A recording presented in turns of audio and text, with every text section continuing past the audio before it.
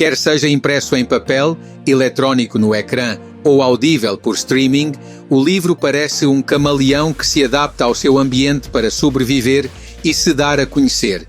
Porque publicar e distribuir um livro já não é tão difícil e dispendioso como antigamente. Acompanhe-me nesta análise das tendências que estão a permitir um renascimento do livro, a verdadeira janela do conhecimento. Olá, chamo-me Constantino de Miguel, bem-vindo ao canal Prime Group.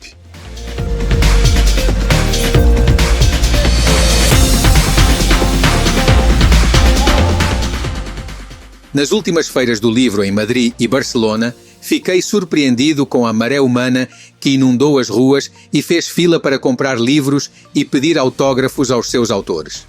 Nunca se venderam tantos livros em Espanha. No ano passado, foram publicados mais de 92 mil títulos e quase 70% deles eram em papel. A cada hora são publicados 10 novos livros em Espanha. Por mais surpreendente que possa parecer, de acordo com um barômetro oficial, em Espanha leem-se mais livros, 68%, do que websites, 61%, ou redes sociais, 57%. Desde a invenção da escrita, os livros têm sido utilizados para contar histórias, ensinar, entreter e muito mais. Mas na era digital, como é que o livro se adapta a um mundo onde a informação está em todo o lado? Será que o livro ainda é relevante como meio de partilha de conhecimentos? Bem, tendo em conta os dados, a resposta é um retumbante sim. O livro foi capaz de se adaptar e evoluir com as novas tecnologias, incluindo a inteligência artificial, que, por exemplo, é utilizada para descobrir quais os temas que mais cativam o público. Antes de mais, falemos dos livros impressos em papel. Os dados mostram que a maioria das pessoas continua a preferir livros impressos.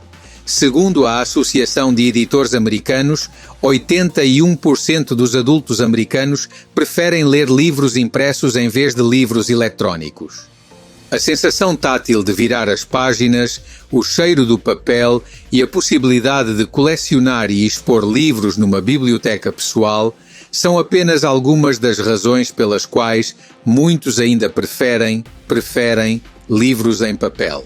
Além disso, a impressão a pedido reduziu os custos de produção e armazenamento, permitindo que autores independentes publiquem os seus livros sem a necessidade de recorrer a uma grande editora. Em segundo lugar, os livros eletrónicos cresceram muito nos últimos anos. O Pew Research Center diz-nos que 28% dos adultos americanos leram um livro eletrónico no último ano.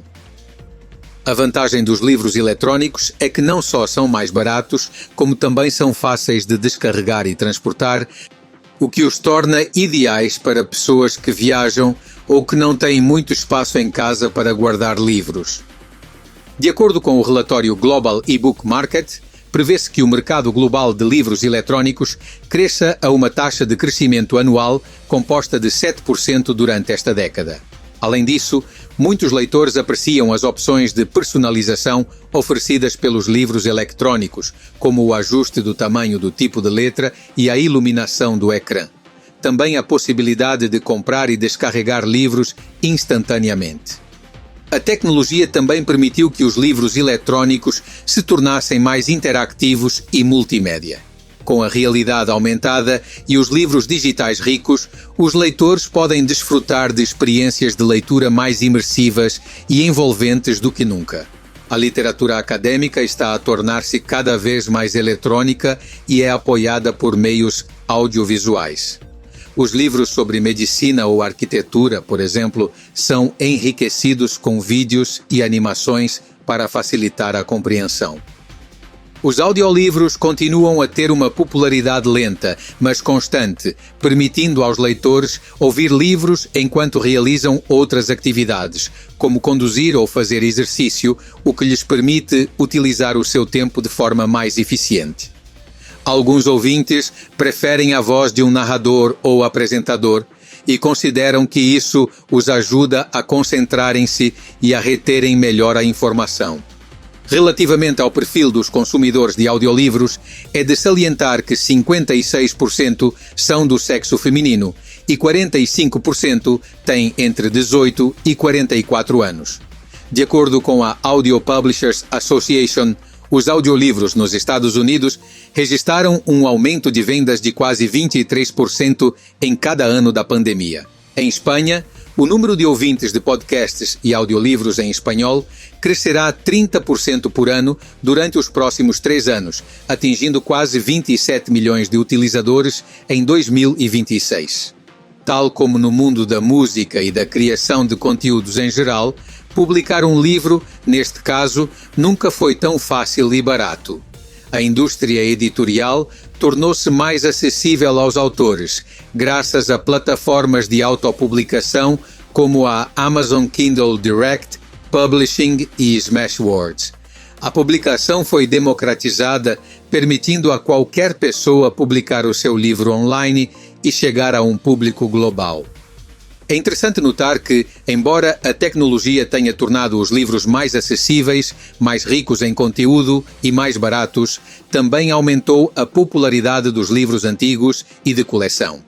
Tal como acontece com os colecionadores de discos de vinil, os livros raros e valiosos estão a tornar-se cada vez mais populares nas lojas de segunda mão e nos leilões, porque os livros antigos são considerados por muitos como verdadeiras obras de arte. Um livro, e não apenas o de Petit, educa, diverte e, como se dizia nos anos 60, um livro ajuda-nos a ter sucesso. Em Espanha, cada pessoa lê 11 livros por ano. Na Argentina e no Chile, 5. Segue-se o México com 3,4, a Colômbia com 2,7 e o Peru com 1,2. Dados do Buscalibre. Bem, nem mesmo em Espanha se lê o suficiente. Para alcançarmos o conhecimento, a felicidade, a paz ou o êxito, teríamos de ler uma média de 20 livros por ano. Bill Gates lê 50 livros por ano e conseguiu-o, sem dúvida. De qualquer forma, o importante é ler ou ser lido. Muito obrigado por terem ficado até ao fim deste vídeo. Se gostou do conteúdo, não se esqueça de apertar o botão curtir e se inscrever no canal da Prime Group. Tenha um ótimo dia.